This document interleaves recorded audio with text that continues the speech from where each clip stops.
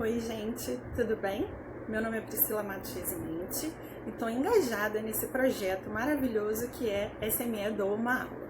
Eu sou professora de Ciências da Rede e atualmente trabalho na Escola de Formação Paulo Freire, sou a gerente de Fomento à Pesquisa e Avaliação Externa.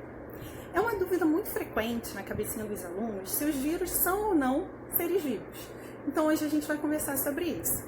Então, para a gente poder classificá-los como seres vivos, primeiro a gente precisa conhecer quais são as características gerais de todos os seres vivos. Para ser considerado um ser vivo, a primeira característica é ter uma composição química complexa. Mas o que é isso? Todo ser vivo é formado por substâncias orgânicas e inorgânicas. As orgânicas são aquelas que têm o carbono como elemento central. Por exemplo, carboidrato, proteínas, lipídios.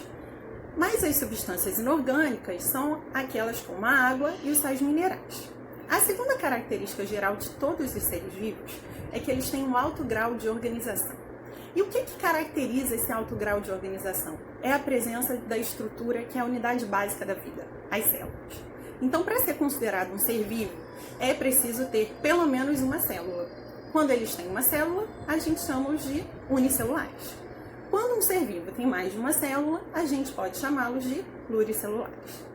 A terceira característica geral dos seres vivos é o metabolismo. Então, para ser vivo, é preciso ter um conjunto de reações químicas no organismo, que a gente chama de metabolismo.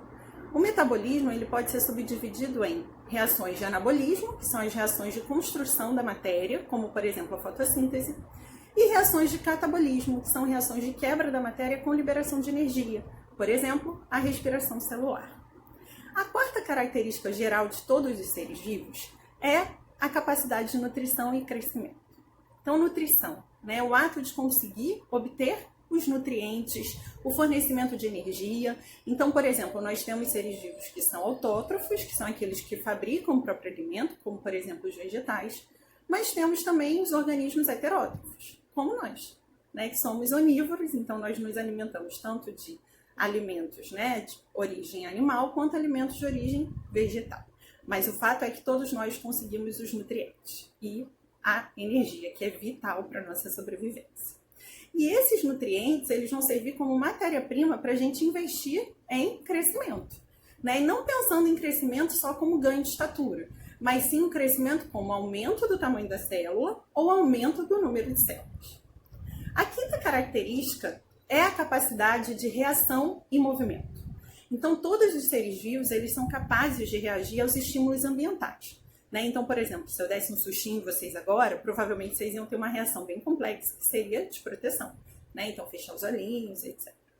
E todo ser vivo consegue ter algum tipo de reação aos estímulos ambientais. Alguns reagem de forma mais complexa, via o sistema nervoso, e outros de forma um pouquinho mais simples. Mas o fato é que todo ser vivo reage. E a outra característica é o movimento.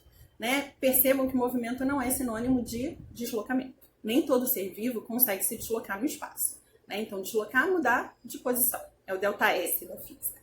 Mas todo ser vivo consegue se movimentar. Então, eu, por exemplo, estou sentada aqui, dando a aula para vocês, e estou realizando vários tipos de movimento. Tá bom? A sexta característica geral dos seres vivos é a capacidade de reprodução e hereditariedade. Então, nós temos um conjunto de características que, através do DNA, são transmitidas para a geração seguinte. E o que permite essa transmissão pode ser a reprodução assexuada, quando não envolve mistura de material genético, e a reprodução sexuada. Aí sim, a gente vai ter uma mistura de material genético, como, por exemplo, a partir dos gametas. E isso envolve ganho para a gente, porque tem variabilidade genética, maior chance de sobrevivência em contextos de mudança ambiental, como, por exemplo, que a gente está vivenciando.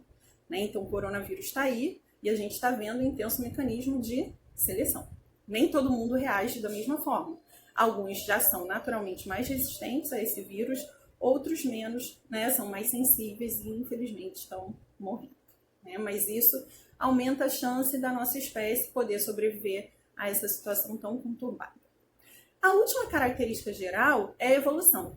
Então, todo ser vivo, ele é capaz de passar por mecanismos evolutivos. Um deles, por exemplo, é a mutação. Mutação é uma mudança na estrutura do material genético que ocorre ao acaso.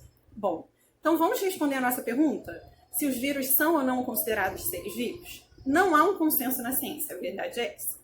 Alguns cientistas vão defender que sim, eles podem ser considerados seres vivos, por quê? Porque eles apresentam material genético, porque eles conseguem se reproduzir, porque eles sofrem mutação. Então, esse conjuntinho, poderia caracterizá-los como seres vivos. Por outro lado, os vírus não apresentam metabolismo próprio e nem estrutura celular.